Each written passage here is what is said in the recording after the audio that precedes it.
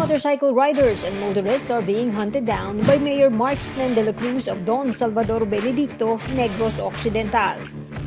They carry placards displaying lewd words while passing through the streets of the town.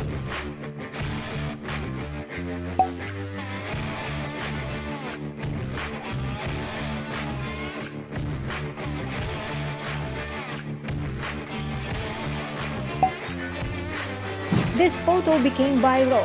The unidentified motorcycle rider held a placard soliciting sex in exchange for rice.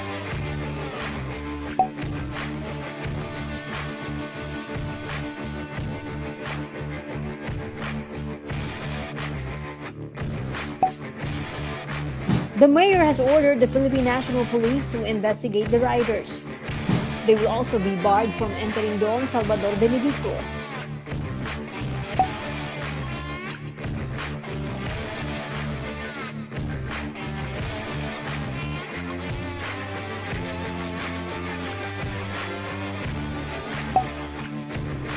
De la Cruz has also sought the assistance of netizens in reporting this Facebook page where the photos were posted.